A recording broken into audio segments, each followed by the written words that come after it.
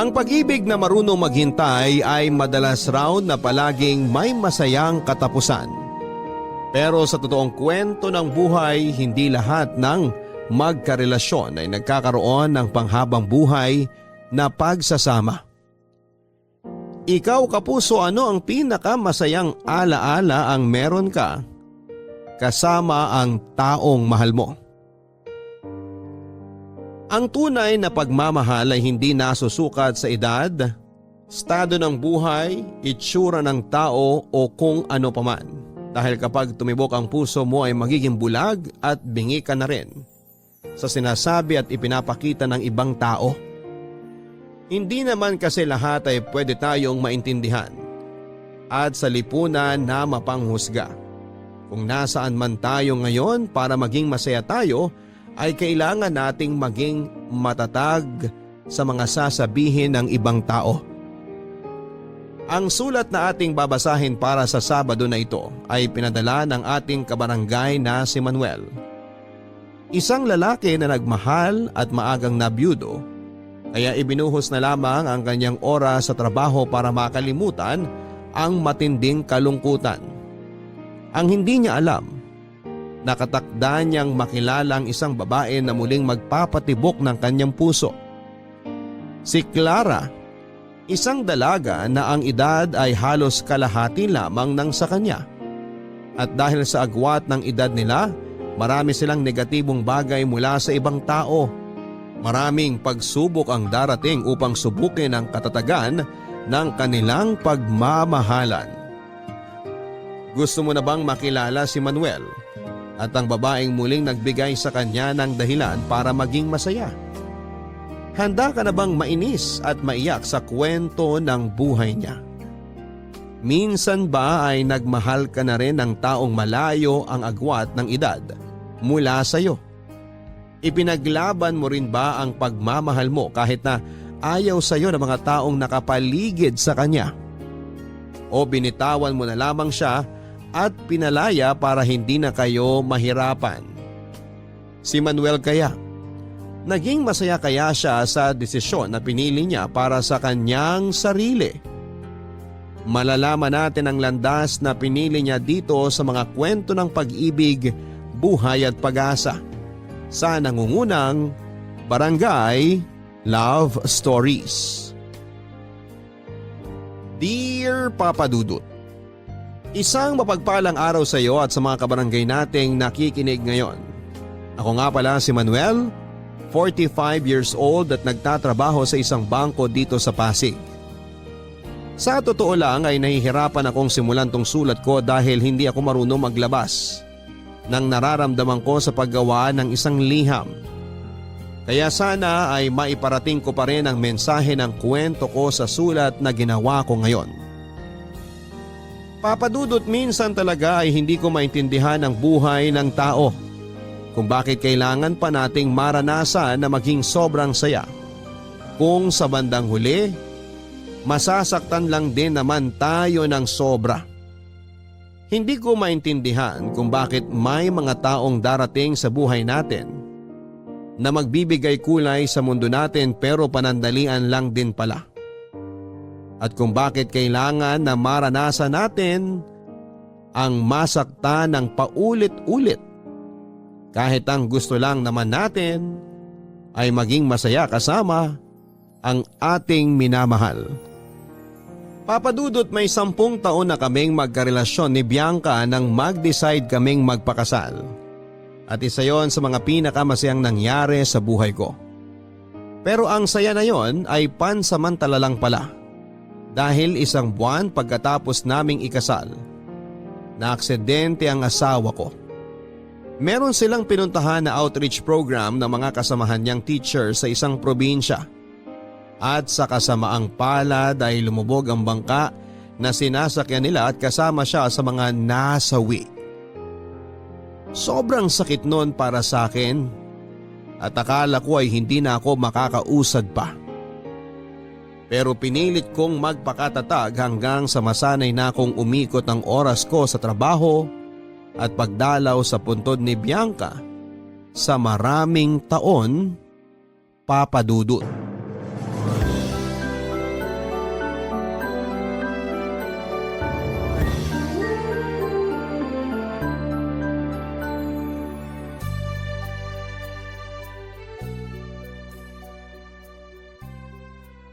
Mahal, malinis na tong puntod mo.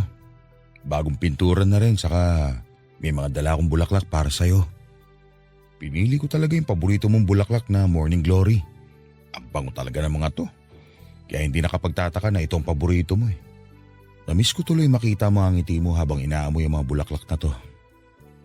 Ay, sobrang miss na talaga kita. Alam ko naman na masaya ka na dyan, kaya pinipigilan ko sarili ko na malungkot. Sorry 15 years na, pero hanggang ngayon naiiyak pa rin ako. Huwag ka mag-alala, ngayon lang ulit ito kasi birthday mo. Happy birthday, mahal. Mahal na mahal kita. Daddy, bakit iwan niyo pa ako? Ayusin ko na nga itong mga ginamit ko na pintura para mailagay ko na sa kotse. Sobrang miss ko na po kayo. Huh? Multo ba'y naririnig ko na yun? Umiiyak talaga. Daddy, dalawin niyo naman po ako. Kahit sa panaginip lang. Gusto ko na Mukhang po hindi kasi multo yung naririnig ko, makita eh. Para may umiiyak talaga na malapit dito. Gusto ko na po ulit kayo mayaman. Saan ba nanggagaling yun? Please, Daddy. Dalawin niyo na po ako. Ayun! Nasa kabilang side pala kaya hindi ko agad nakita. Lapitan ko na nga't nakakaawa naman. Daddy, miss ko na po kayo. Magpakita na po kayo sa akin. Yakapin niyo po ulit ako. Miss, ito ang panyo oh.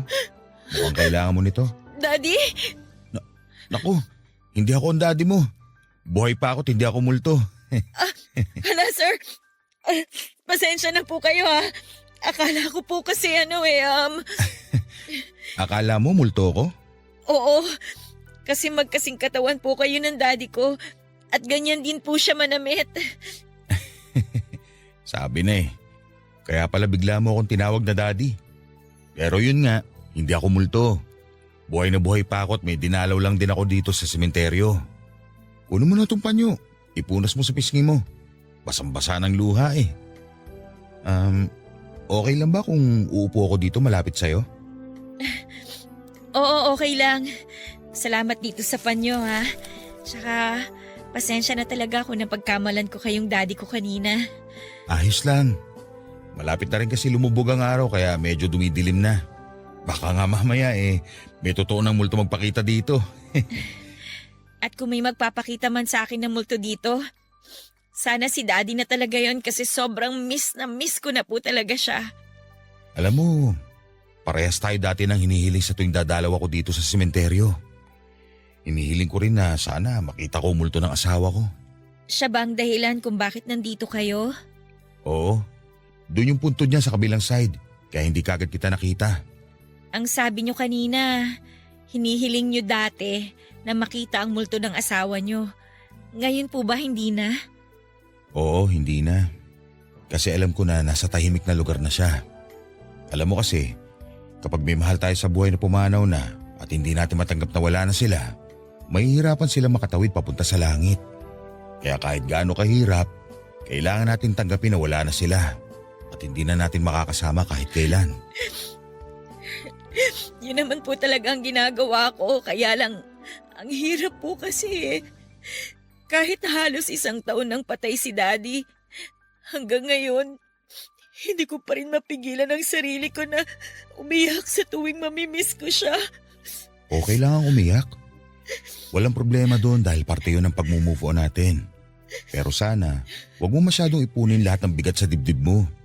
Ang isipin mo na lang, kung nasan man ang daddy mo ngayon, hindi niya gugustuhin na makitang umiiyak at nasasaktan ka ng dahil sa kanya. Tama ka. Ayaw talaga ni daddy na umiiyak ako. Sige, simula ngayon, susubukan ko na ulit na tanggapin sa puso ko na wala na siya. Salamat pala sa mga payo niyo ha, sir. Manuel ang pangalan ko. O pwede mo rin akong tawagin na Tito Manuel. Mas gusto ko yung Manuel na lang, kung okay lang. Kasi kahit napagkamalan kitang daddy ko, mukha namang hindi hamak na mas bata ka sa kanya. Ayos lang naman na Manuel lang ang itawag mo sa akin. Ikaw ang bahala, Miss. Clara. Clara naman ang pangalan ko.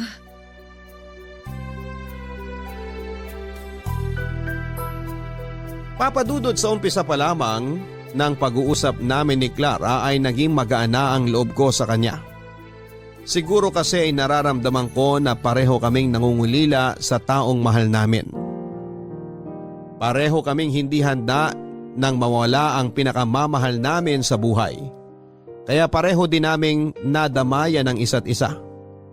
Marami pa kaming napagkwentuhan na mga iba't ibang bagay noon hanggang sa hindi na namin namalayan na inabot na pala kami ng gabi sa sementeryo. Hindi yon ang naging huling pagkikita namin ni Clara, Papa Dudut. Ilang beses pa kaming nagkasabay sa pagdalaw sa puntod ng mahal namin. Kaya ang ending, madalas kaming dalawa ang nagkwekwentuhan at nagpapalitan ng mga alaala kasama ang asawa ko at ang daddy niya. Hanggang sa maging close na nga kami sa isa't isa at magkapalitan ng cellphone number. Naging magka-text din kami at magkatawagan. At nang sumunod pang mga araw ay napagkasunduan naming magkita at lumabas para mag-enjoy at makalimutan ang lungkot na nararamdaman namin, Papa Dudut.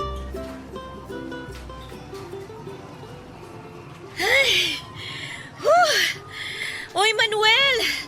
Doon naman tayo maglaro sa may arcade. Dali! Teka lang. Medyo napagod kasi ako doon sa basketball at air hockey na nilaro natin kanina. Grabe! Ang bilis mo namang mapagod. Paano? Sunod-sunod yung laro natin. Bawat madaanan natin, gusto mong subukan yung game. Eh, ganun talaga. Minsan lang ako makapunta dito, no? Kaya sinusulit ko na. Okay lang ba kung magpahinga muna tayo sandali bago maglaro ulit? Pahinga ka agad. Hindi pa nga natin nalilibot tong lugar eh. Ang dami pang games na pwedeng kaadikan dito. Kahit 15 minutes na pahinga, tapos game na ulit. 15 minutes lang ha, promise? Oo, promise. Oh, sige na nga. Tara, upo na tayo sa bandaron.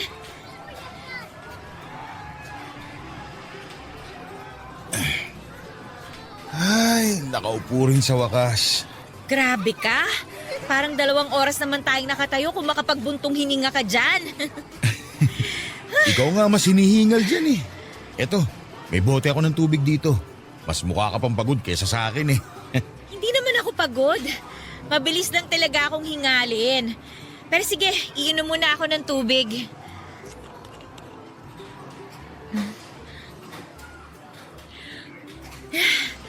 Buti na lang, medyo malamig pa tong tubig mo. Matanong ko lang, Manuel, ano bang madalas na pinagkakaabalahan mo? Magtrabaho saka mag-overtime. Sira! Ang ibig kong sabihin, anong ginagawa mo para naman malibang ang sarili mo? Siguro kumain saka matulog. Seryoso ka? Yun lang talaga? Oo, yun lang. Wala naman kasi ako ibang ginagawa kundi ang magtrabaho, bisitahin ang puntod ng asawa ko, pumunta sa gym, saka umuwi sa bahay para kumain, maligo at matulog. Ganun lang madalas ang routine ng buhay ko. Siguro, isa yun sa mga reason kung bakit pinagtagpo tayong dalawa. Anong ibig mo sabihin? Feeling ko lang ha, nakatadhana talaga na magkita tayo para magawa ko ulit yung mga ganitong activity na ginagawa namin ni Daddy. Tsaka para hindi ka na rin masyadong malungkot at maging workaholic. Kita mo nga oh, napilit kitang samahan ako dito sa mall at maglaro. Ang lungkot kasi ng boses mo kanina nung tinawagan mo ako. Kaya paano ba naman kita matatanggihan? Ibig sabihin, napilitan ka lang pala na samahan ako ngayon. Hindi no. Gusto ko rin talagang umalis ng bahay ngayon. Hindi ko nga lang alam kung saan ako pupunta. Kaya ang ganda talaga ng timing ng pagyaya mo sa akin dito. Pero yung totoo, nag-enjoy ka ba o napagod ka lang? Pareho. Pero mas lamang yung enjoyment kaysa sa pagod. Sobra ako nag-enjoy. Ang lakas palang maka-feeling bagets ng lugar na to. Bagets ka pa rin naman talaga, Manuel. Mukhang hindi nagkakala yung edad nating dalawa eh. Huwag mo na akong utuin. 42 na ako at 21 ka pa lang. Kaya paano magiging mukhang magkalapit ang edad natin? Hindi naman panguuto yun, ano ka ba? Totoo yung sinabi ko. Kaya nga ayokong tawagin kang tito o kuya eh. Kasi hindi rin naman tayo magkamag-anak. Tsaka mas gusto talaga kitang tawagin sa first name mo. Para mas ramdam ko na close na talaga tayong dalawa. Ang dami mong sinabi. Halika na nga. Bumili muna tayo ng ice cream bago tayo maglaro ulit. Papadudod, sa totoo lang, namiss ko rin talaga ang lumabas-labas ng bahay para mag-enjoy. Mula kasi nang mawala ang asawa kong si Bianca ay hindi ko na yon ginawa pa. Kahit pa nga pinipilit ako ng mga kaibigan at katrabaho ko noon na sumama sa pag-gimik nila ay hindi talaga ako sumasama.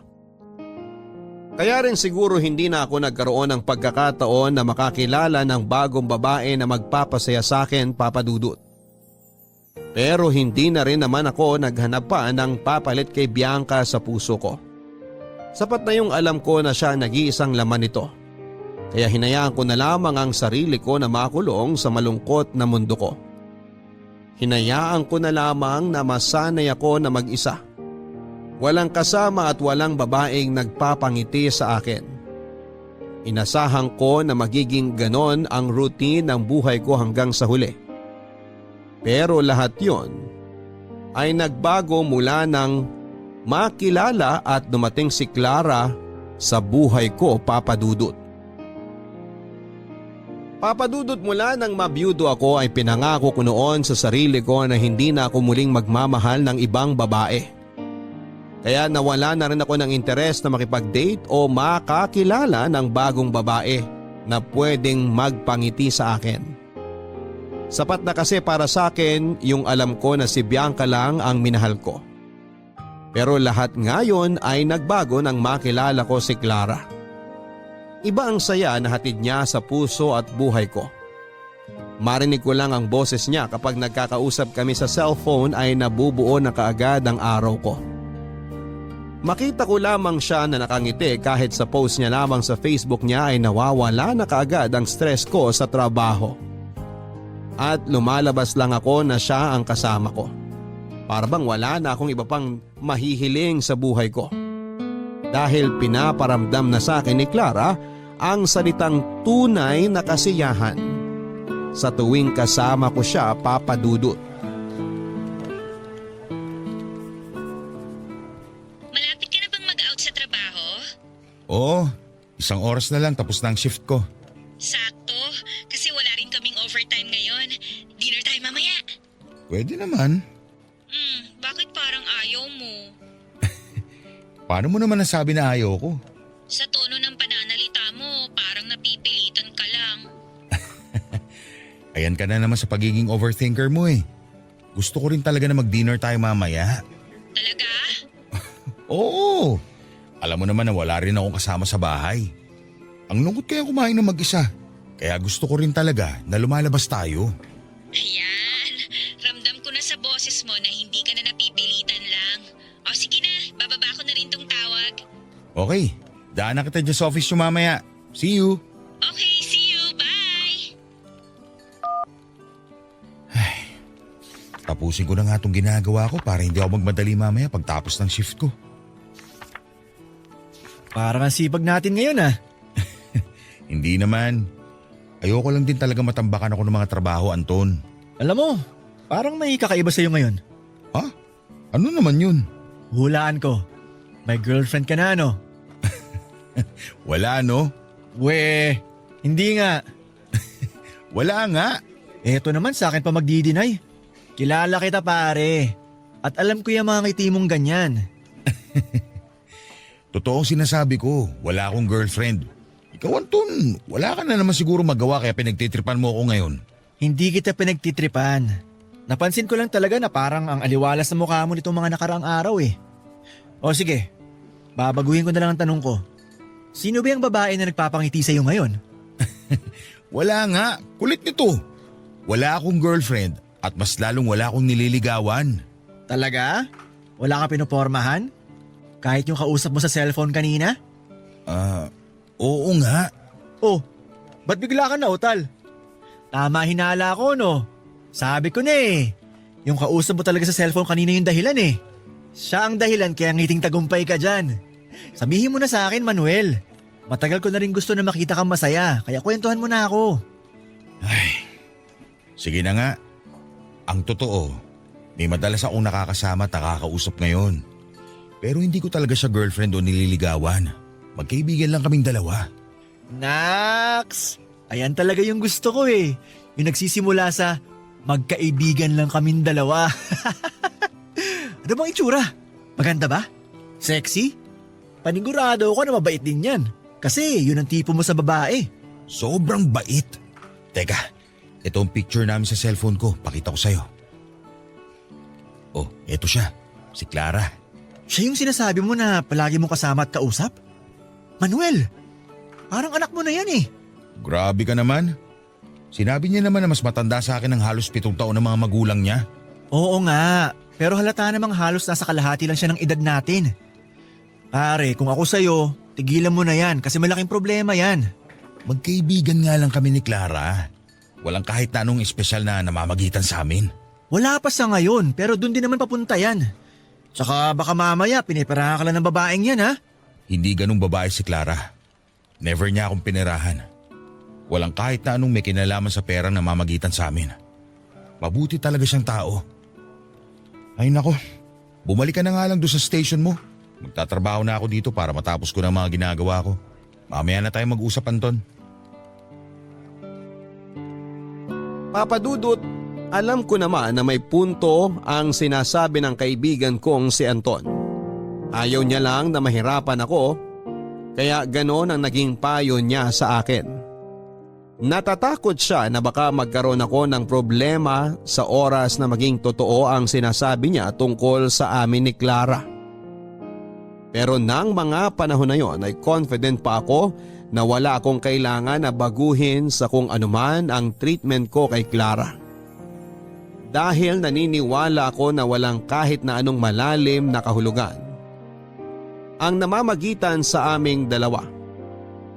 Ang pakiramdam ko noon, naghahanap lamang ako ng makakausap na pwedeng makaintindi sa nararamdaman ko. Yung tao na kagaya ko na nawalan din ng mahal sa buhay at si Clara naman ay nangungulila sa atensyon ng isang ama na pwedeng nakita niya sa akin. Nagkataon na pinagtagpo ang landas namin dalawa at pareho naming naiintindihan ang isa't isa kaya hinayaan ko na mas lumalim pa ang pagkakaibigan namin, Papa Dudut. Ang tagal namang dumating ni Jenna dito sa restaurant. Baka naman na traffic lang. Eh ang sabi niya malapit na siya eh. Ang kwento mo nga, di ba? Palagi naman talaga siyang late sa mga usapan niyo. Oo nga. Eh pero dapat inagahan niya pa rin kasi sinabi ko na sa kanya na kasama kita ngayon. Hayaan mo na. May 15 minutes pa lang naman siyang late. Nagugutom na rin kasi ako eh. Eh dapat pala, umorder na muna tayo ng pagkain. Mamaya na lang pagdating niya kasi mabilis lang namang mag-serve ng pagkain dito. Naiihi na nga rin ako eh. Ay, nakakainis naman talaga tong si Jenna oh. Mag-CR ka na muna, Clara. Ako na lang maghihintay sa kanya. Hindi mo naman alam ang itsura ng kaibigan ko. Teka, ayun na yata siya. Jenna! Nandito kami! Uy, Clara! Sorry, sobrang na-late ako. Hay nako, ano pa nga ba? Palagi ka naman ganyan sa mga usapan natin. Sorry na, Beshi. Na-traffic kasi ako eh. Na-traffic o na-late ka lang umalis sa bahay nyo? Pareho. Sino pala yung kasama mo? Tito mo? Anong tito? Hindi no. Siya si Manuel, yung sinasabi ko sa'yo na ipapakilala ko ngayon. Manuel, best friend ko, si Jenna. Nice to meet you, Jenna. Nice to meet you din po, sir. Tito pala. Sorry, hindi ko po kasi alam kung ano itatawag ko sa inyo eh. Ayos lang. Manuel na lang din ang itawag mo sa kanya. Ayaw niya rin namang magpatawag ng sir o tito. Okay, sige. Beshi, mag-CR lang ako ha. Kanina pa ako naiihi eh. Maiwan ko muna kayo ni Manuel. Babalik ako kagad. Manuel, sandali lang ha. Sige lang, Beshi. Jenna, ito pala ang menu. Tumingin ka na dyan ang gusto mong kainin. Para pagbalik ni Clara, baka-order na tayo. Okay po. Salamat po.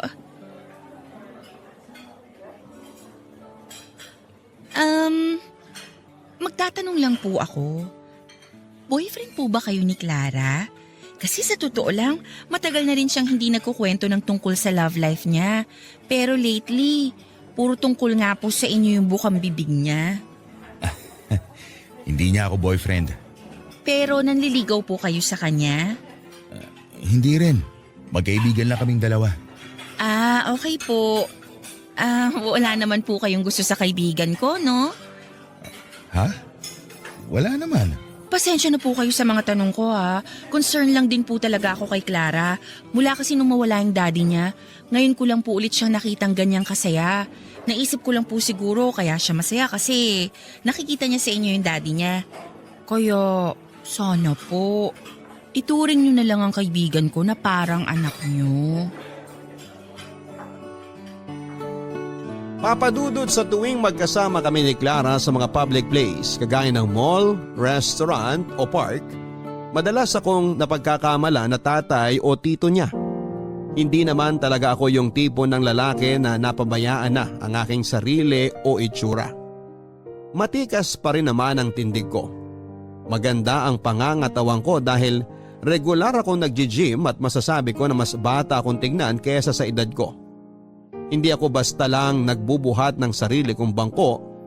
Ang mga sinabi kong ito ay narinig ko rin mula sa kaibigan o katrabaho ko. Dahil wala naman akong ibang pinagkakabalahan noon, ay naging regular talaga ang pagpunta ko sa gym para hindi mapabayaan ang katawan ko. Ganun pa man, alam ko na hindi sapat yon para hindi mahalata ng iba ang agwat ng edad namin ni Clara. Sa totoo lang din ay hindi ko alam kung bakit parang nasasaktan ako sa tuwing napagkakamalan ako na tatay o tito ni Clara. At nasaktan din talaga ako sa sinabi ng kaibigan niya na hindi kami bagay sa isa't isa, Papa Dudut. Papa Dudut, alam ko na sa umpisa pa lamang ay problema na talaga ang hatid sa akin ng espesyal na nararamdaman ko para kay Clara. Pero anong magagawa ko? Sobrang hirap pigilan ng sinisigaw ng puso ko. Sinubukan ko namang kontrolin ang lahat, lalo na nang magsimula kong maramdaman na unti-unti na akong nahuhulog sa dalagang halos ang edad ay kalahati lamang ng edad ko. Pero sa tuwing magkakasama kami, mas lalo lamang akong nahuhulog sa kanya. Kaya isang desisyon ang ginawa ko noon. Kahit sobrang hirap para sa akin ay sinimulan ko siyang iwasan. Hindi ko sinasagot ang mga tawag o text niya. At kung nagkakasabay man kaming pumunta sa sementeryo, umaalis din kagad ako at sinasabi ko sa kanya na may ibang lakad ako na kailangang puntahan. Mahirap talaga yon para sa akin, Papa Dudut, kasi ng mga panahon na yon ay wala akong ibang gustong gawin kung hindi ang makasama lamang si Clara, Papa Dudut.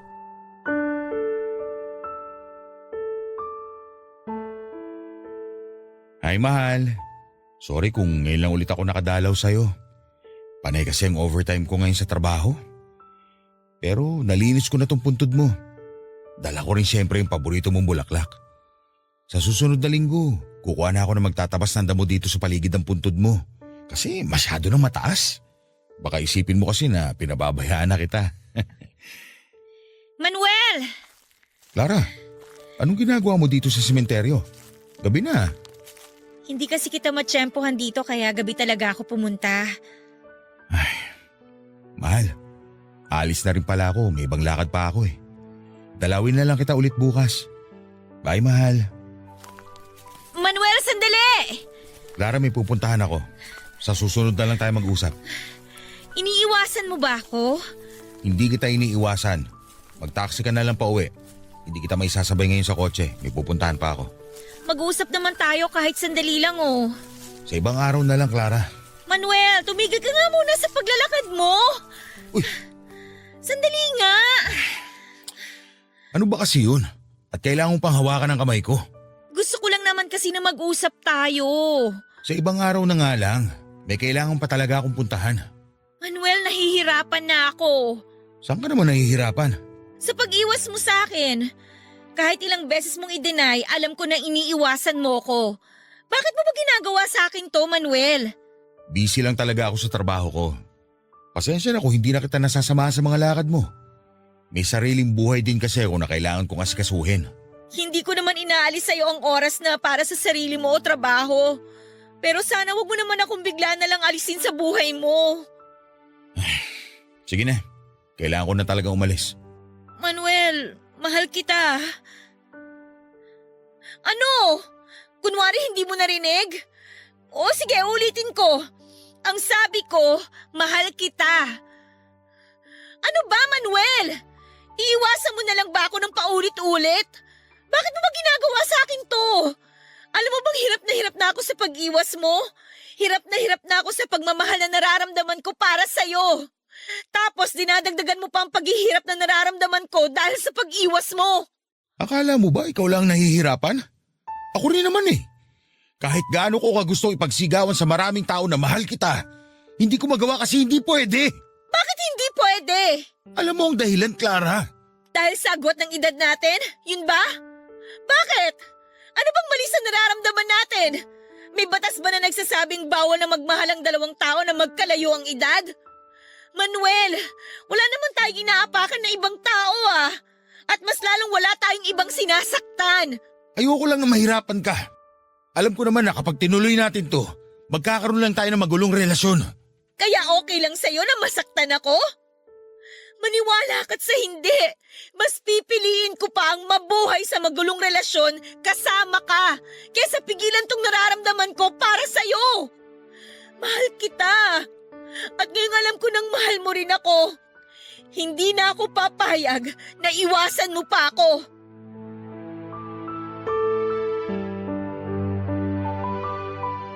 Aaminin ko na noong una, natakot talaga ako na masaktan din ng dahil kay Clara.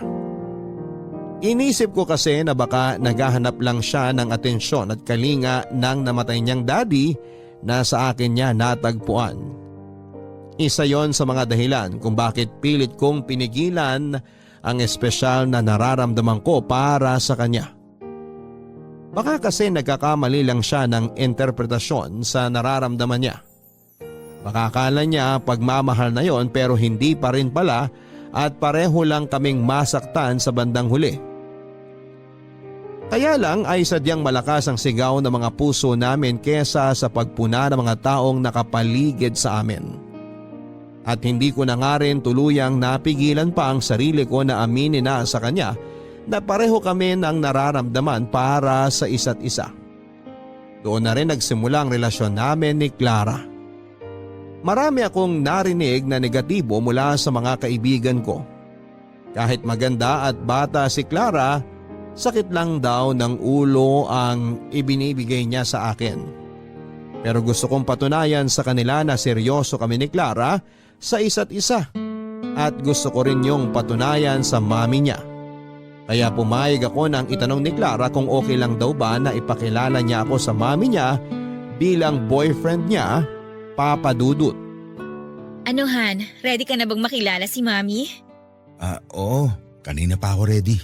Talaga? Hindi ka kinakabahan? Bakit naman ako kakabahan? Para kasing ninenervyos ka dyan eh. Hindi akala mo lang yun. Hindi ako ninenervyos. O sige, pumasok na tayo sa loob ng bahay kasi sigurado ako na nakapagluto na si Mami ng tanghalian. Han, saglit lang. Huwag mo muna buksan ang pinto. Oh, bakit? Ano lang? Ayos lang ba talaga tong suot ko? Oo nga. Ang pogi mo kaya dyan sa suot mong blue na polo shirt. Tsaka, huwag ka mag-alala. Mabait si Mami at sigurado ako na magugustuhan ka niya. Basta relax ka lang, Han, okay? Okay, sige. Tara na, pasok na tayo sa loob para makilala mo na si Mami.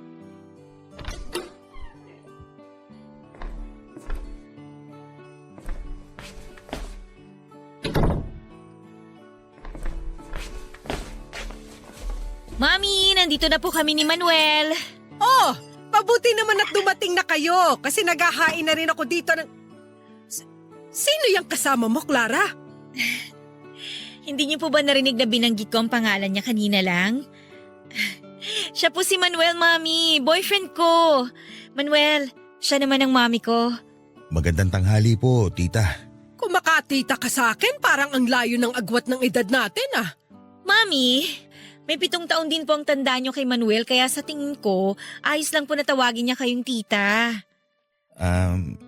May dala nga po pala akong cake para po sa dessert natin mamaya. Ilagay mo na lang dyan at maupo na kayo ni Clara. Kukunin ko lang ang ulam para makapagtanghalian na tayo. Tara Manuel, upo na tayo. Mukhang ayos sa akin ng mami mo, Han. Akala mo lang yun, pero gusto ka niya para sa akin. Kinikilala ka pa lang niya kaya kunwari masungit siya. Oh, ito na ang niluto kong dinuguan. Wow, amoy pa lang. Nagutom na kaagad ako. O di ba paborito mo rin to, Han? Oo, lalo na kapag maraming sahog na isaw ng baboy. Maglalagay na ako ng kanin sa plato mo, ha? Unahin mo nang lagyan ng kanin yung plato mo, Clara. Matanda na yang si Manuel. Siguro naman, kaya niya na maglagay ng kanin sa sarili niyang plato. Oo nga po, kaya ko na pong gawin yon. Ako na maglalagay, Clara. Si Mami talaga, ang sungit. Sabi niyo hindi niyo susungitan ng boyfriend ko pag ipinakilala ko sa inyo. Malay ko ba na halos kaidaran ko na yung boyfriend na kinukwento mo sa akin? Kumain na nga lang tayo bago pa ako tuluyang mawala ng gana. Papa Dudut, wala akong ibang intensyon ng araw na yon kung hindi ang ipakita sa mami ni Clara na seryoso ako sa relasyon naming dalawa. Kahit inaasahan ko na ang mga tingin na gagawin niya sa akin at mga salitang maririnig ko ay naglakas loob pa rin ako na pumunta sa bahay nila at ipakilala ang sarili ko. Alam ko naman na hindi sapat ang isang araw na pagpunta ko sa bahay nila para mapatunayan sa kanya na seryoso ako. Pero ramdam ko kaagad na hindi niya ako tanggap para sa anak niya. Sa kabila ng hindi maayos na pakikitungo at pakikipag-usap niya sa akin ang gabing yon ay wala akong ibang ginawa kung hindi ang magpakita ng respeto sa kanya. Naiintindihan ko naman kasi ang reaksyong ipinapakita niya sa akin. Alam ko na gusto niya lamang protektahan ang nag-iisang anak niya. Kaya kahit na hindi naging maayos ang unang pagkikita at pag-uusap namin ng mami ni Clara, nangako ako sa sarili ko na hindi ako titigil hanggat hindi ko napapatunayan sa kanya na seryoso ako at mahal ko talaga si Clara, Papa Dudut. Papa Dudut, sa kabila ng kaliwat ka ng pamumuna ng ibang tao sa aming relasyon ni Clara ay nagawa naming balewalain ang mga yon. Hanggang sa hindi na namin napansin na halos 1 taon na pala ang relasyon namin. Kagaya ng sinabi ko kanina, hindi ako sumuko na makuha ang loob at tiwala ng mga taong malapit kay Clara. Pinakita ko sa kanila na hindi ako kagaya ng ibang lalaki na masama ang intensyon sa kanya. Sa kabila ng hindi maayos na pakikitungo sa akin ng mami ni Clara, ng mga kaibigan at iba pang kamag-anak niya ay naging magalang pa rin ako sa kanila at nagpakita ng respeto ko. Kahit kailan, hindi ko sila pinakitaan ng hindi magandang ugali, Papa Dudut. Araw-araw ay inihahatid ko si Clara mula sa trabaho hanggang sa bahay nila. Tuwing Sabado at Linggo rin ay nandun ako sa bahay nila para dumalaw sa kanila ng mami niya. Papa Dudut, pakiramdam ko naman ay hindi ako nabigo na makuha ang tiwala ng mga taong mahalaga sa buhay ni Clara. Dahil unti-unti ay kinausap na ako ng maayos ng mami niya at mga kaibigan. Hanggang sa maramdaman ko na totoong welcome na ako sa buhay niya. Ang sarap pala ng ganong pakiramdam. Yung alam ko na tanggap na ng mga taong nakapaligid sa amin ang relasyon naming dalawa. At sa first anniversary namin ni Clara ay nagulat ako nang ayain niya ako na magpakasal na kami. Akala ko nung una ay nagbibiro lang siya pero syempre hindi ko na tinanggihan pa yon. At sinimulan na naming planuhin ang lahat ng para sa kasal naming dalawa, Papa Dudut.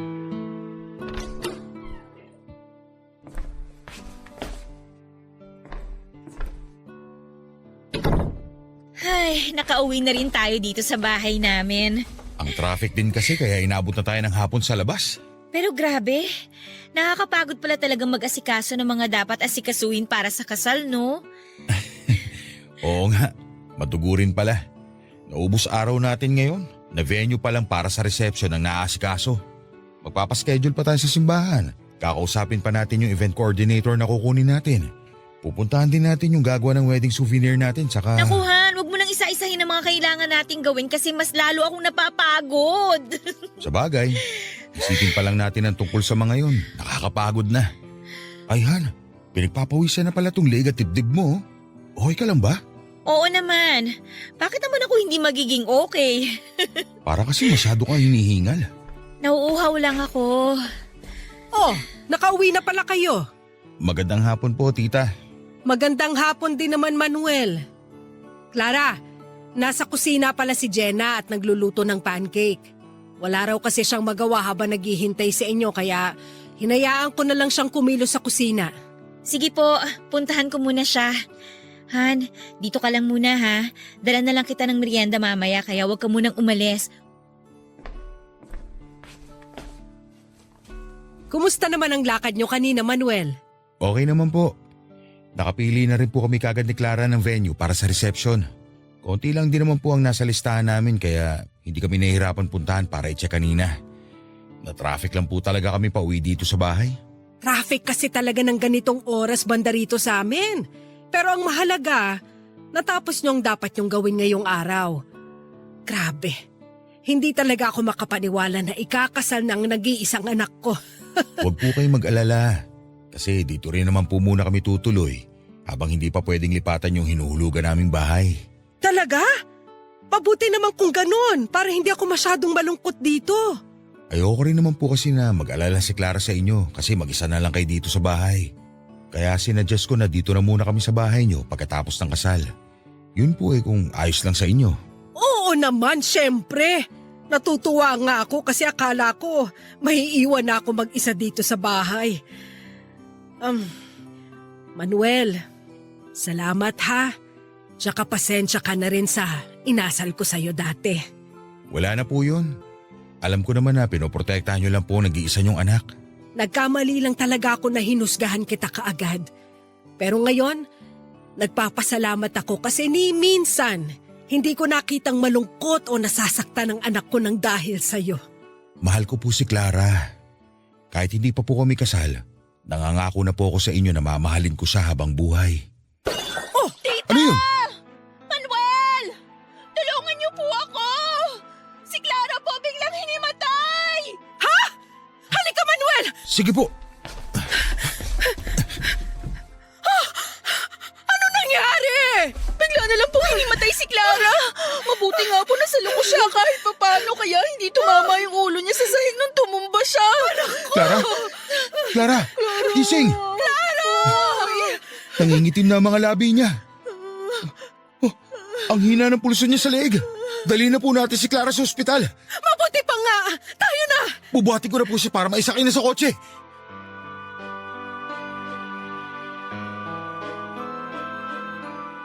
Papadudot halos manginig ang mga braso ko habang nagdadrive papunta ng ospital dahil hindi ko talaga alam kung anong nangyari noon sa girlfriend kong si Clara. Kung bakit bigla na lamang siyang hinimatay at nangitim ang mga labi niya na para bang nahihirapan siyang huminga.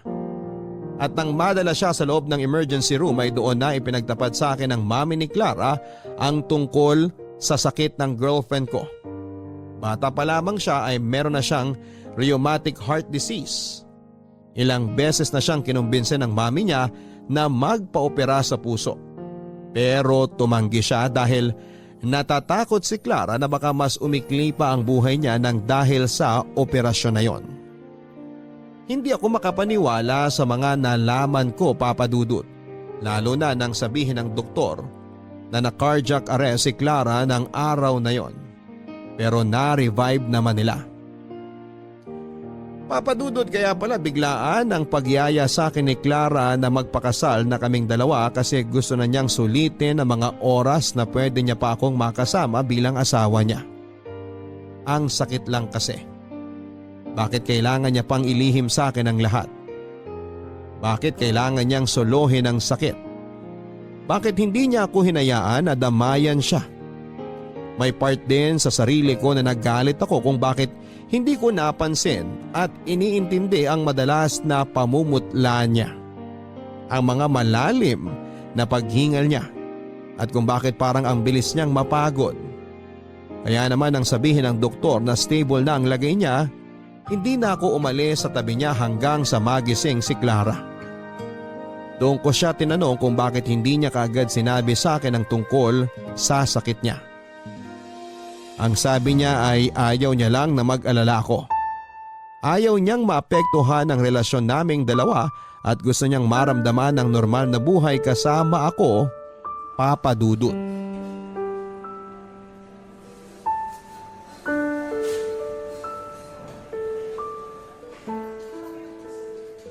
Sigurado ka ba na wala ka ng ibang gustong kainin, Clara? Opo, Mami. Salamat po sa dinala niyong lugaw. Namiss ko rin po talaga yan.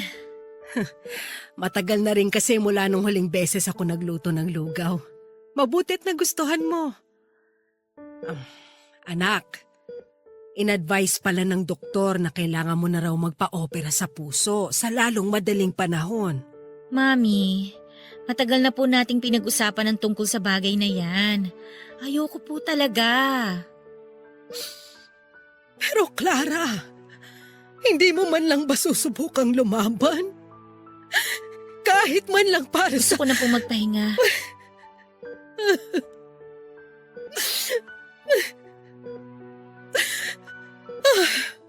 Sige, anak.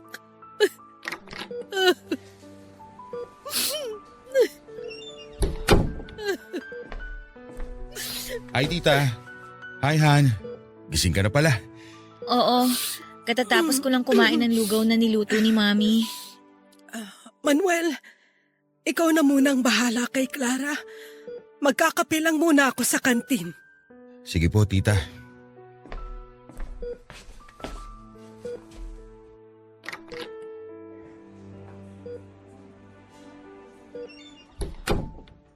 Oh, bakit parang umiiyak si tita? Kinausap niya na naman kasi ako tungkol sa operasyon na kailangan daw gawin sa akin, sabi ng doktor. Hindi pa rin ba talaga nagbabagong isip mo? Manuel, pati ba naman ikaw? Clara, para sa ikabubuti mo naman ang gusto mangyari ng doktor. Hindi ka naman niya i-convince na magpa-opera sa puso kung alam niya na pwede mo ikapahamak yun. Magtiwala ka lang sa mga doktor. May tiwala naman ako sa kanila at sa ospital na to. Pero wala akong tiwala sa sarili ko. Wala akong tiwala dito sa puso ko. Paano kung bigla na lang akong hindi magising pagkatapos ng operasyon?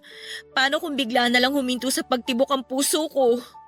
Paano kung hindi ko na ulit kayo makita? Hindi mangyayari yan. Naniniwala ako na magiging successful ang operasyon mo. Manuel, natatakot lang naman kasi ako. Natatakot ako na bigla na lang akong hindi magising. Natatakot akong mamatay. Ayoko pang mamatay. Oh, tama na. Huwag mong sabihin ang bagay na yan dahil hindi yan mangyayari. Magpapakasal pa nga tayo, di ba? Kaya hindi ka pa mawawala sa akin. Papakasalan mo pa rin ba ako? Oo naman. Tuloy na tuloy ang kasal natin. Walang sino o naman ang makakapagbago ng isip ko. Kasi kahit kailan, hindi magbabagong nararamdaman kong pagmamahal para sa'yo. Paano kung hindi na kita mabigyan ng anak pagkatapos ng kasal natin? Ayos lang sa akin yun, Clara. Kasi ang mahalaga, magkasama tayong lumalaban para mabuhay. Paano kung mapagod ka ng alagaan ako? Yan ang kahit kailan hindi mangyayari. Kasi yung pag-aalaga ako sa'yo, parte ng pagmamahal ko na hindi mo mawawala. Hindi mo ako iiwan? Hindi ka mapapagod sa akin? Hindi. Isa lang naman ang gusto kong mangyari, Clara. Ang makita at maramdaman ko na sinasabayan mo akong lumaban. O sige, lalaban ako para sa'yo. Pero kung sakali man na maikli lang talaga ang kwento nating dalawa, ayoko makulong ka sa lungkot, Manuel. Alam ko na mahirap. Pero alalahanin mo na lang yung mga araw na magkasama tayo at sabay na tumatawa. Balikan mo yung masasayang alaala natin. Dahil ang mga alaala na yun, ang palagi ko ring babalikan saan man ako mapunta. Ano ka ba, Han? Bakit parang nagpapaalam ka na? Hindi naman. Gusto ko lang malaman mo na ang makilala at makasama ka ang pinakamasayang bahagi ng buhay ko, Manuel.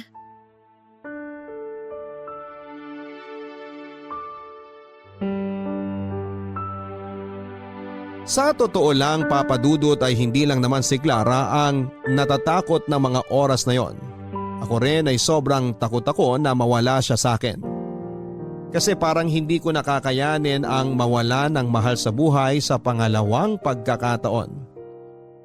Pero kahit kailan ay hindi ko ipinakita sa kanya ang takot na yon dahil gusto ko na ako ang kukuhanan niya ng lakas.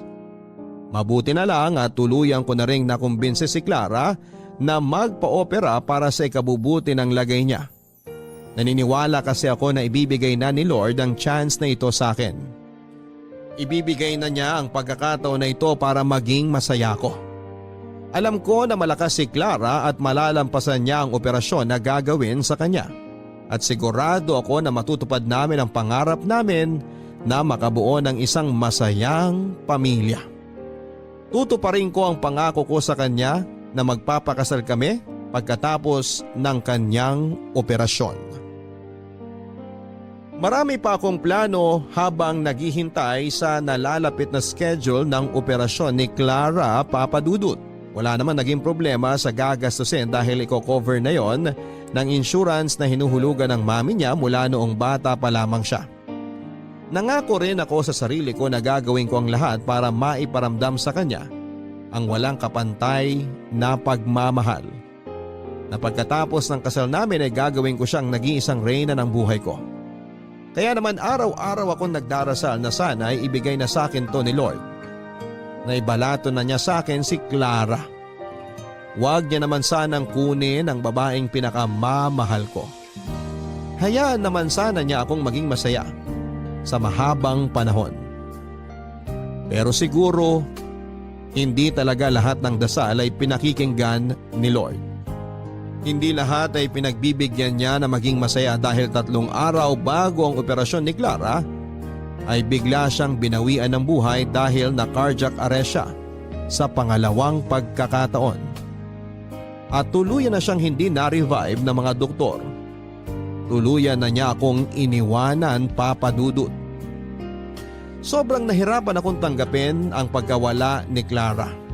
Hindi ko na noon maintindihan kung anong nangyayari sa buhay ko. Hindi ko alam kung bakit kailangan makaranas ako ng walang kapantay na sakit pagdating sa usaping pag-ibig. Kung bakit ganon, bakit kung kailan nakilala ko na ang pangalawang babae na nagbigay kulay sa buhay ko. Kailangan kaagad siyang kunin sa akin ni Lord. Ganoon ba ako kasamang tao para hindi niya hayaan na maging masaya kasama ang mahal ko? Ano bang naging malaking kasalanan ko para parusahan ako ng ganito? Napakarami ko pang tanong na ni isa ay wala namang nasagot. At sa huli na-realize ko na hindi ko pala dapat na kine-question ang plano ni Lord sa buhay ko. Dahil ang lahat ng mapapait na pangyayari na dumadaan sa akin ay hindi isang parusa. Hindi rin isang pagsubok kung hindi daan para makita ko ulit ang sarili ko na nagtitiwala sa kanya. Dahil aaminin ko na mula nang mamatay ang unang asawa kong si Bianca, parang nakalimutan ko na rin ang magdasal, magpasalamat at manampalataya sa Poong May Kapal. Pero nang makilala ko si Clara, siyang naging daan para maniwala ko na hindi pa pala ako pinabayaan ni Lord. Dahil sa pinaramdam niya ulit sa akin kung gaano kasarap ang mabuhay kasama ang taong mahal ko. Papadudod sa huling araw ng burol ni Clara ay tinuloy ko ang kasal naming dalawa. Pumayag naman ang mami niya sa gusto kong mangyari. Yung pinsang kong pare ang nagkasal sa amin kaya naging mabilis ang proseso ng lahat.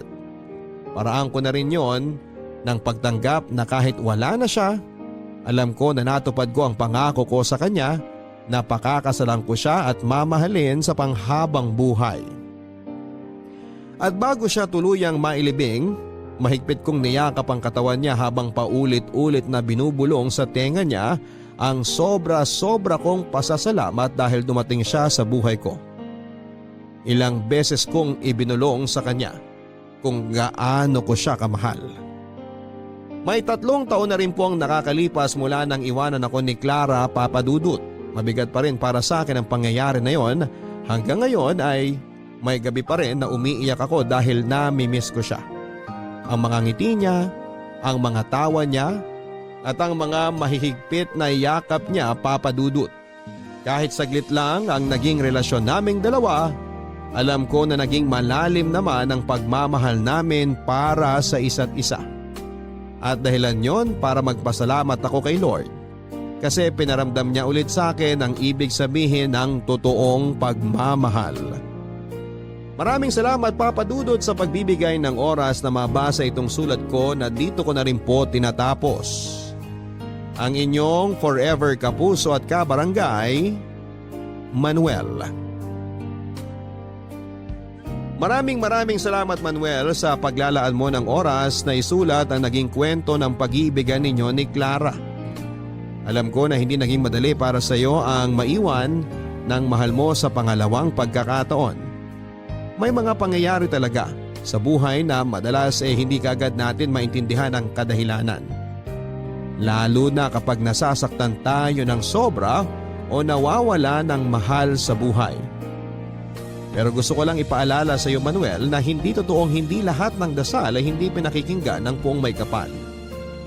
Sadyang may mga hinihiling lang tayo sa kanya na hindi na pagbibigyan dahil alam niya kung ano ang mas makakabuti para sa atin. Meron siyang mas magandang plano para sa ating lahat. Isang plano na kahit minsan mahirap intindihin. Sa huli ay marirealize natin na yon ang mas makakabuti hindi lang para sa ating sarili kung hindi pati na rin para sa mga taong nakapaligid sa atin. Muli ay maraming salamat Manuel at dalangin ko na sana ay dumating ang araw na maramdaman mo na totoong masarap at masaya pa rin ang mabuhay kahit na hindi na natin kasama ang mga mahal natin. Salamat sa sulat na naging napakalaking inspirasyon sa ating mga kabarangay para sa araw na ito. Hanggang sa muli ako po ang inyong si Papa Dudut sa mga kwento ng pag-ibig, buhay at pag-asa sa Barangay Love Stories number 1. May iba't ibang paraan ng mga tao para malaman ang mangyayari sa kanilang kinabukasan. May mga gumagamit ng tarot cards, palm reading o madalas ay binabase sa zodiac signs. Ikaw kapuso, paano mo gustong malaman ang kapalaran mo? Dear Papa Dudut, ako nga pala si Geneva, 27 years old. Isang taon nang nakakalipas nang maadik ako sa horoscope at sa mga zodiac signs. Sa ganito ko pinaikot ang mga desisyon ko sa buhay, Papa Dudut. Naniwala lamang ako sa astrology dahil sa impluwensya ng aking best friend na si Helga. Kaedad ko rin. Siyang nagsabi sa akin na 90% ng mga sinasabi sa zodiac signs ng tao ay totoo. Hindi naman ako naniwala syempre noong umpisa. Tinawanan ko pa nga siya pero pinilit niya sa akin ang paniniwala niya. Nakatambay kami sa bahay niya isang maulang Sabado ng hapon. Balak sana namin noon na manood ng sine pero hindi na kami natuloy dahil tinamad na kaming dalawa. Bored na kami pareho nang biglang naalala ni Helga na may bagong dating na dyaryo sa kanila. Kinuha niyang dyaryo at akala ko noon ay magbabasa lamang kami ng showbiz chika o kaya ay magbabasa lang ng balita. Pero horoscope pala ang gusto niyang puntiryahin na basahin. Napailing na lamang ako dahil hindi naman ako naniniwala sa ganon dati.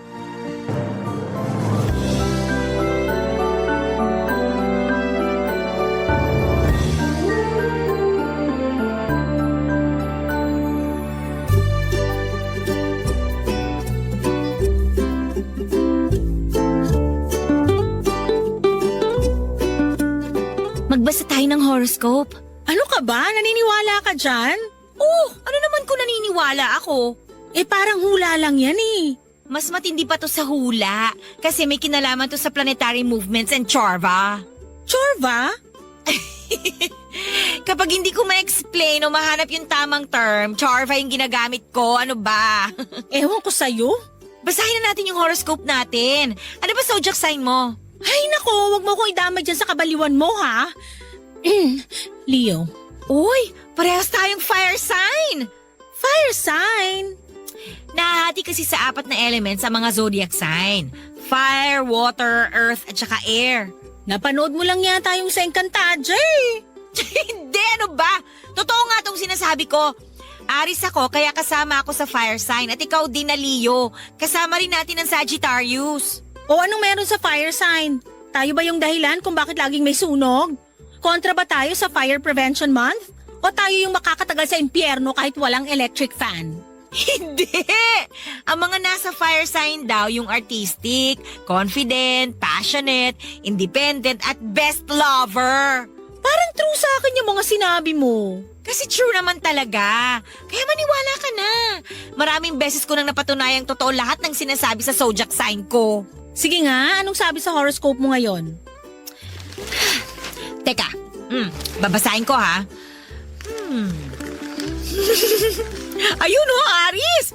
Mapalad ka ngayong araw dahil ang matagal mo nang pinagdarasal ay mapapasa kamay mo na. Basta maniwala ka lang at magiging posible ang lahat. Lucky color, blue. Lucky number, 7. Ang generic ng sinabi ha?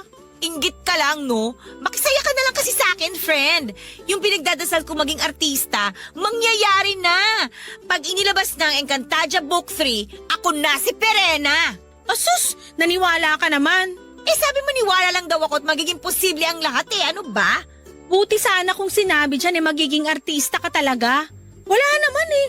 Bogus yan. Matagal ko nang pinagdarasal na maging artista, no? Puro ka dasal, kulang ka naman sa gawa. Paano magkakatotoo yung sinasabi ng horoscope mo? Sumali ka kaya sa Starstruck para magkaroon ka ng chance? Himala. Maniwala tayo sa powers ng Himala at sa powers ng universe. Ewan ko sa'yo. Naniniwala ako sa hard work para matupad yung mga pangarap. Hindi yung sinasabi dyan sa horoscope na yan. Basahin ko nga yung sa'yo. Leo. Ito. Pag-ingatan ang mga importanteng gamit, lalo na mga gadget, dahil pwede kang manakawan kung hindi ka mag-iingat. Lucky color, green. Lucky number, 3. Lahat naman pwedeng manakawan kung di mag-iingat. Nakakatawa yung horoscope na yan ha. Maniwala ka na lang. Mag-ingat ka, okay? Magsuot ka ng green. Kung meron kang kulay green na damit na may tatak na number 3, isuot mo. Yak! Ano yun? Jersey sa liga?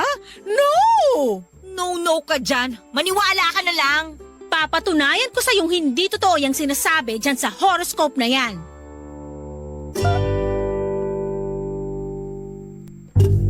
Papadudot, nagkatotoo ang sinabi sa horoscope ko. Nung umuwi ako ng bahay ay nasnatch ang cellphone ko.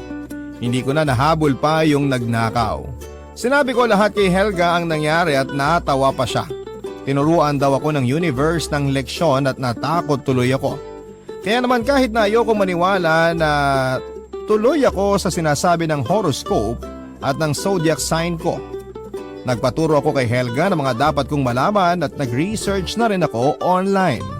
Nag-follow na rin ako ng mga horoscope pages sa Facebook para maging gabay ko. Sa maikling panahon ay natutunan ko na ang dapat kong malaman sa zodiac signs. Napunta na nga rin kami ni Helga sa pag-alam sa kung anong zodiac sign kami compatible. Na-realize kasi namin na kaya siguro hindi nag-work out ang mga relasyon namin before ay dahil mali kami ng pinatulan. Mukhang tama naman noon ang hinala namin. Pinag-usapan naming dalawa mga zodiac signs na compatible kami. Yun na lang noon madalas naming ginagawa kapag magkasama kami ng best friend ko, Papa Dudut.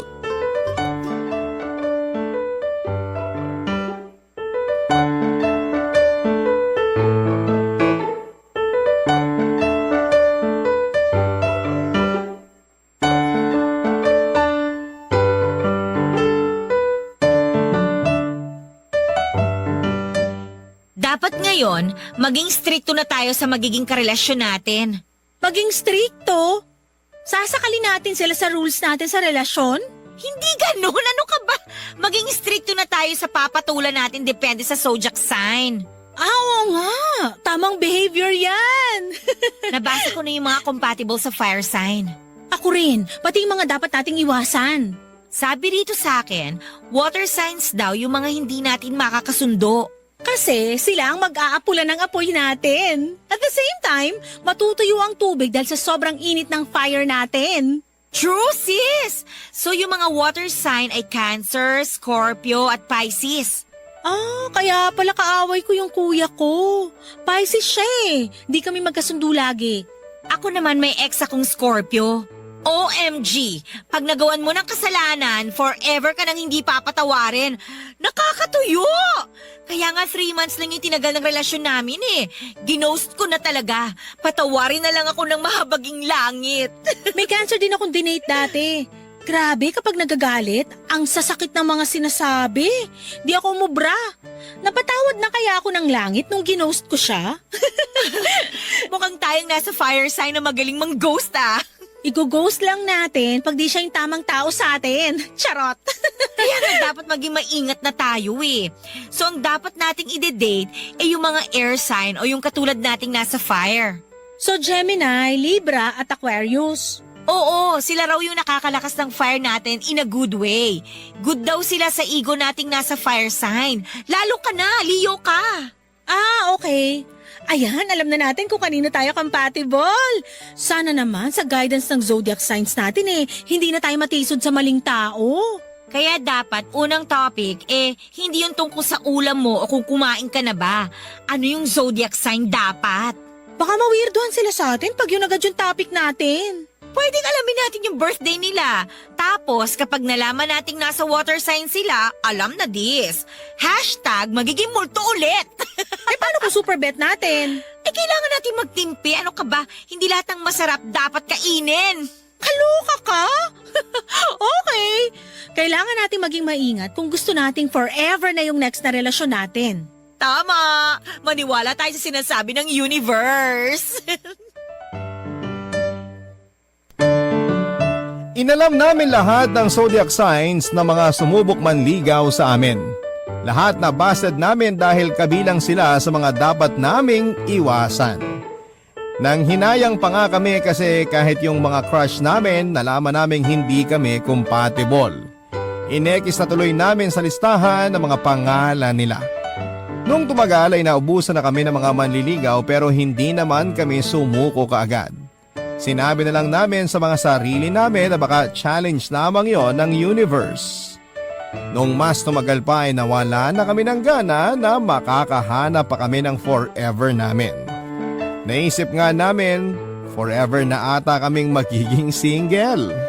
Nalungkot kami lalo pat maraming mali na binabase namin sa astrology ang lahat. Minsan nga ay naisip naming itigil na lamang. Pero mabubuhayan kaming muli ng loob dahil ang goal namin mapunta sa kakompatible namin para maging masaya ang love life namin. Kaya naman nag-explore na rin kami sa mga dating site para lamang mas marami kaming options ng mga panahon na yon na naghahanap kami ng love life, Papa Dudut.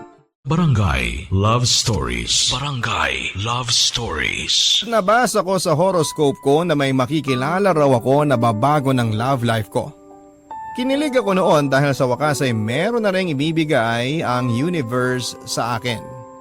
Pinaghandaan ko talaga yon at nagdasal pa ako na sana kung sino man siya ay forever na kami dapat. Hindi ko naman siya kaagad nakilala.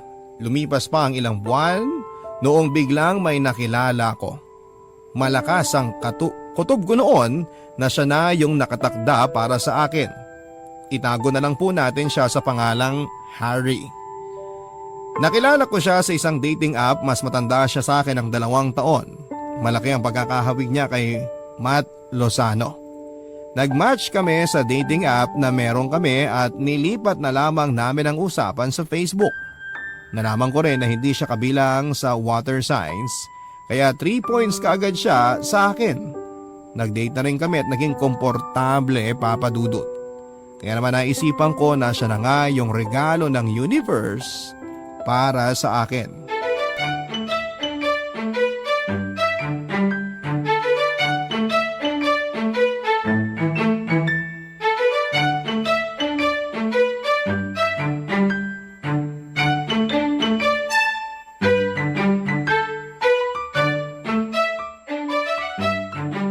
Ang ganda mo pala talaga sa personal.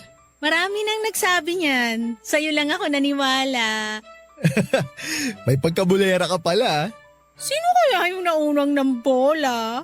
Ako, pero mas maganda yung hagod ng bola mo eh. Ganon talaga kaming mga Leo. Leo? Dati kang lalaki? Ha? Hindi ah. Zodiac sign ko yun. Kinabahan naman ako bigla. Pasensya ka na, di kasi ako familiar sa zodiac signs eh. Hindi ka naniniwala sa astrology? Wala kasi akong alam dyan. Baka kaya hindi talaga ako naniniwala. Ano bang zodiac sign mo? Wala nga akong alam dyan. Kailan birthday mo? May 4th. Anong year? Yearly. Hindi ko napagandaan yung joke mo ah. So, ano raw yung zodiac sign ko? Taurus, earth sign ka. Kayo yung mga kalmado, pasensyoso at logical. Parang gusto ko na tuloy maniwala sa zodiac signs. Bakit? Tumpak ba yung sinabi ko? Oo. Nasabi rin ba na kami yung matitigas ang ulo? Parang nabasa ko nga yan. Bull daw kasi ang nagre-represent sa sign nyo eh. Eh, kilala ang bull sa pagiging matigas ang ulo, di ba? Okay. Gets ko na. Mukhang masyadong importante sa'yo yung zodiac sign ng isang tao para mag-click kayo ah. Oo. Lately lang namin napatunayan ng friend ko na tama yung sinasabi sa zodiac signs namin.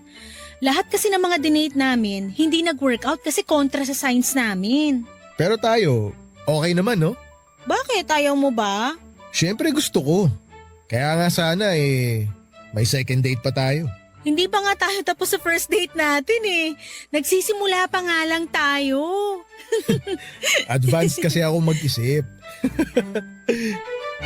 Ang natural lang ng usapan namin noon ni Harry, Papa Dudut. Napakasarap niyang kausap na tipong ayaw na naming matapos noon ng gabi. Naramdaman kong compatible kaming dalawa. Doon ko talaga napatunayan na totoo ang sinasabi sa astrology. Wala na akong ibang pinayagang manligaw sa akin kundi si Harry na lamang.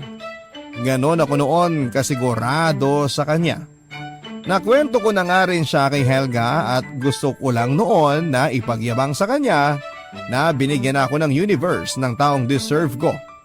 Yun nga lang, hindi natuwa ang best friend ko. Nung pinuntahan ko siya at nakwento ang tungkol kay Harry ay nadismaya siya. Nung una inisip ko na baka inggit lamang siya pero may nakaligtaan kami sa zodiac signs dahil nga masyado kaming nag-focus noon sa water signs.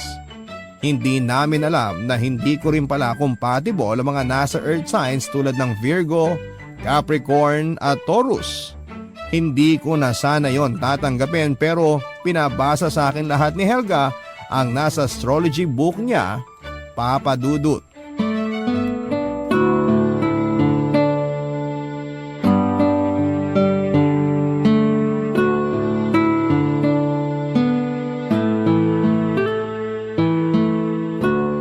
Bakit hindi kami compatible? Kasi pareho kayong matigas ang ulo. Akala ko Taurus, Virgo at Capricorn lang ang matigas ang ulo. May ego ka bilang Leo. Kabilang ka rin sa matitigas ang ulo. Ayokong tanggapin yan. See? Yan ba ang hindi matigas ang ulo? Anong gagawin ko? Okay naman kami ni Harry eh. Sa ngayon, oo. Nasa dating stage pa lang kayo eh. Malamang wala pang pakitaan ng sungay yan. Nilabas ko na nga yung buntot ko eh. Tanggap naman niya. Pero siya, syempre hindi pa niya ilalabas yun, no? Nanliligaw eh. Malamang puro magaganda pa yung ipapakita niya sa'yo. Kapag tumagal na, hindi na. Bukod sa pagiging matigas ang ulo, ano pa? Bakit hindi kami compatible? Dahil pareho kayo matigas ang ulo, maraming bagay kayong hindi pagkakasunduan. Hindi rin magiging maganda ang communication ninyo. Alam mo naman na kailangan maganda ang communication pagdating sa relasyon, di ba? Uy, may mga magaganda rin akong alam tungkol sa relasyong Taurus and Leo ha? Kala mo? Tulad ng... Sex! Ha? Sensual daw ang mga Taurus dahil ruled sila ng planet Venus. Kaya mag-work yun sa pagiging passionate ng mga Leo. Kaya, compatible kami. Hindi lang sex ang basihan ng lahat. Kung puro sex ang gagawin mo dahilan sa relasyon, hindi kayo magtatagal. Gusto ko lang maging positive, no? Lately kasi puro negative na yung nasasagap natin dahil sa kakabasa ng astrology. Hoy, parang sinusukuan mo na yung astrology ah. Tandaan mo, ilang beses tayong niligtas nito ha. Alam ko naman yon, pero gusto ko lang kasi na itry ngayon na hindi sumunod since nafe-feel ko naman na may chemistry kami ni Harry. Tadhana nga nagbibigay ng chance, diba? Ako pa kayang taong marupok lang? Hay nako, bahala ka dyan. Itatapon mo na lang talaga lahat ng natutunan natin sa mga zodiac sign natin? Nagkatotoo lahat ng mga sinulat tungkol sa atin. Mag-isip-isip ka, Geneva. Pero ikaw, kung ayaw mo talaga makinig, hala, sumigi ka sa gusto mong gawin. Basta ha, huwag kang lalapit sa akin pag naging broken-hearted ka dyan sa Taurus guy mo.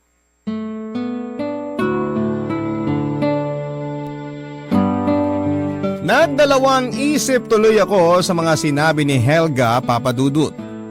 Nagbasa akong muli ng zodiac sign ni Harry at nagtugma nga lahat ng sinabi ni Helga.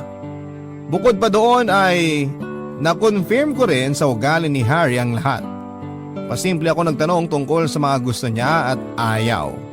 Sumakto naman noon sa personality niya bilang Taurus. Mas lalo tuloy akong kinabahan at iniwasan ko na tuloy siya sa takot na magkamali na naman ako. Ayoko na kasing masaktan pa at kota na ako sa failed relationships ko. Iniwasan ko si Harry pero naging makulit siya, Papa Dudut. Matigas nga talaga ang ulo ng mga Taurus at sinabi ko sa kanya na busy ako at hindi niya tinanggap ang mga naging sagot ko. Hindi ko naman masabi sa kanya dati yung dahilan kung bakit kailangan ko siyang iwasan dahil hindi ako sigurado noon kung matatanggap ba niya na dahil yon sa zodiac signs namin. Nahirapan tuloy ako makipag-communicate sa kanya dahil feeling ko noon ay hindi niya tatanggapin ang mga isasagot ko sa kanya. Barangay Love Stories. Barangay Love Stories. Bukod ako mula nang ginost ko si Harry. Namiss ko pa rin siya kaya kahit blinako na siya sa social media ko ay gumawa pa rin ako ng peking account para ma-stalk ko siya. Gusto ko lang naman noon na malaman kung katulad ko nalulungkot din ba siya. Wala naman akong ma-stalk noon dahil naka-private ang account niya. Nagsisi nga ako na iniwasan ko siya kasi sa lahat ng mga lalaki ay sa kanya lamang ako nagkagusto ng sobra. Gusto ko na tuloy sisihin noon si Helga dahil binukas pa niya sa akin yung mundo ng astrology. Nahirapan na tuloy ako sa choices ko sa buhay ko. Makalipas ang isang buwan noon ay parang niloloko ako ng universe. Pinilit ko ang iwasan si Harry pero pinagtagpo na naman kaming dalawa. Magkabilang dulo pa naman ang mga bahay namin kaya napatanong ako, bakit kami nagtagpong muli, Papa Dudut? Naisip ko na may gusto bang iparating ang universe sa akin. Naging awkward yung paghaharap namin dahil nasa isang ukayan ako noong nilapitan niya ako. May mga nakasabit pa sa balikat ko ng mga damit na nakahanger.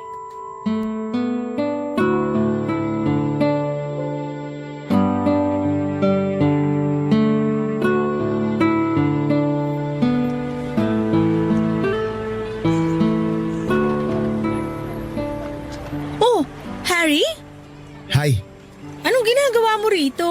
napadaan lang. Malapit lang kasi rito yung pinagparkan ko ng motor ko. Ah, ako naman nag-window shopping. Mukhang marami ka nang na window shopping ah. Nasa balikat mo na lahat ng damit eh. Kaya pa ba? Isusukat ko lang naman to, hindi ko naman bibilhin. Huwag kang magsusukat ng panty rito ah.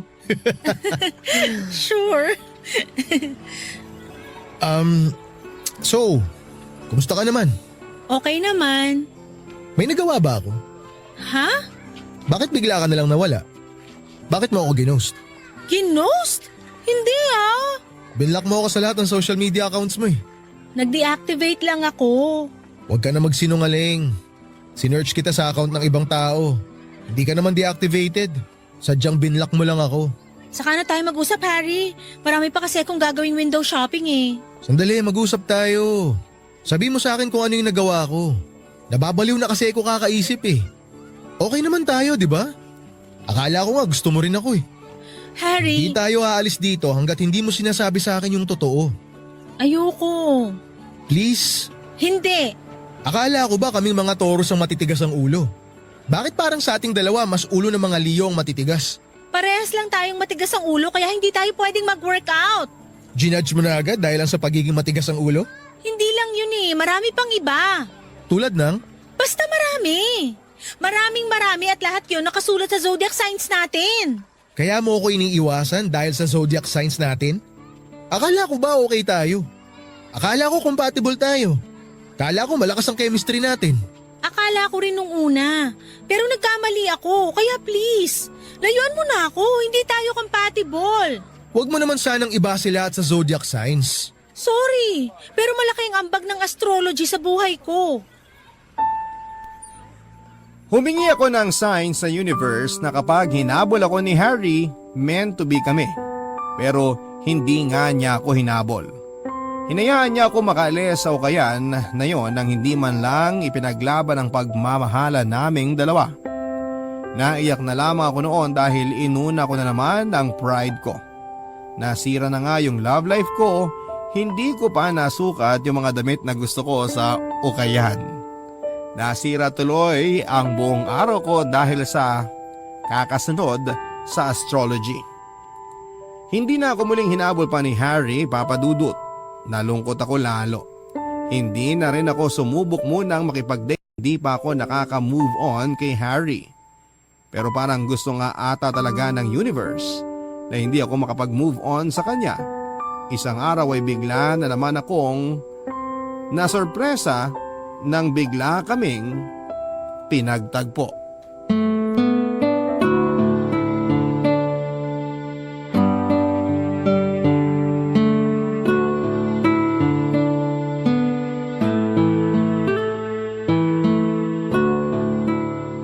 Uy, nag-meet ulit tayo. Sinabi ba sa horoscope mo na mamimit mo ulit yung taong tinatakasan mo? Ano na naman ba, Harry? May unfinished business tayong dalawa. Baka may pinaparating sa atin ng universe. Wag nga ako. Hindi ka nga naniniwala sa astrology eh. Hindi nga talaga.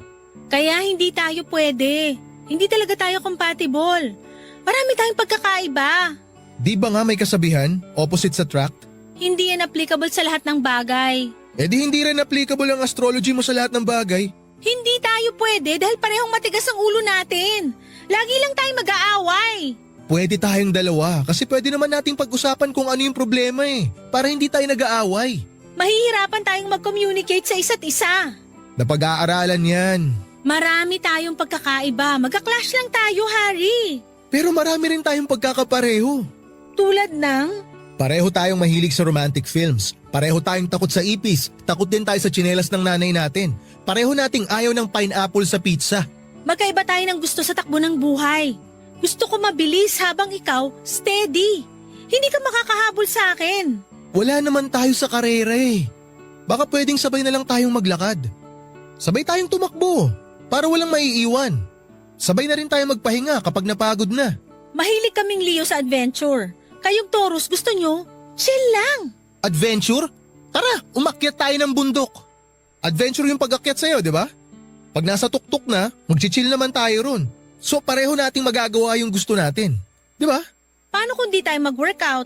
Pinangungunahan mo na kasi, paano kung pwede tayong mag-workout? Magkaiba kasi tayo ng mga pinaniniwalaan. Ako naniniwala sa sinasabi ng astrology. Marami na kasing nagkatotoo. Okay, sige, marami. Pero hindi ibig sabihin lahat nagkakatotoo. Ilang beses ko nang napatunayan na tama ang sinasabi sa mga zodiac sign. Kaya nga kita iniwasan eh. Nakasulat na talaga na di tayo pwede para sa isa't isa. Nakasulat na yun sa kapalaran natin. Naniniwala ako na tayo ang gumagawa ng kapalaran natin. Nababago yun depende sa kagustuhan natin. Geneva, gusto kong baguhin kung ano man yung nakasulat sa ating dalawa. Kung meron man. Paano? Wala tayong laban sa universe. May laban tayo. Ipakita lang natin sa universe na yan na i-workout natin yung meron sa atin. Hindi man match ang zodiac signs natin pero Pwede nating i-workout ang relasyon natin. Kasi gusto natin. Ang dali lang kasing sabihin eh. Okay, sige. Ano bang relasyon ng madali? Wala. Kasi lahat tinatrabaho, pinaghihirapan. Ako naniniwala ako na kailangang i-workout ang relasyon at hindi dapat umasa sa kapalaran para magkatuluyan kayo. I-workout ang pagkakaiba, pag-usapan ng mga problema. Yun ang sikreto ng forever. Hindi dahil sa mga nababasa mo sa dyaryo o internet. Hard work ang kailangan sa relasyon kung gusto nating magtagal. Geneva, gusto kita. Wala akong pakialam kung di compatible ang zodiac signs natin. Ang importante sa akin, nagkakasundo tayong dalawa at napapasaya natin ang isa't isa. Baka pwedeng yun na lang muna. Kesa nai-stress ka dyan sa sinasabi ng zodiac signs na yan. Diskumpiyado man ako noong una sa namamagitan sa amin ni Harry ay napawi naman yon. Lahat ng sinabi niyang gusto niya ako at willing siyang ilaban ng relasyon namin. Naniwala ako sa kanya at binigyan ko siya ng chance, Papa Dudut. Naging kaming dalawa at masasabi kong yon ang pinakatamang desisyon na nagawa ko pagdating sa love life ko. Naging masaya ako sa feeling niya kahit sabihin pang medyo bothered pa rin ako sa zodiac signs namin. Nawala naman kahit papaano yung pag-overthink ko lalo't gumagawa ng paraan si Harry para maging maayos ang relasyon naming dalawa. Totoo naman, Papa Dudut, na nagkakaroon kami ng problema ni Harry base sa mga pagkakaiba namin sa ugali at tama naman ang mga zodiac signs namin. Yun nga lang, hindi namin yun hinayaan na maging problema para masira ang relasyon naming dalawa. Kung meron man kaming hindi pagkakaintindihan ay inaayos namin kaagad. Kung may mga toxic kaming nakasanayan, sinusubukan naming baguhin hindi lang para magtagal ang relasyon namin, kundi para maging mas maayos kaming mga individual. Maraming salamat po sa pagbasa ng aking liham. Ako ang inyong kabarangay forever, Geneva.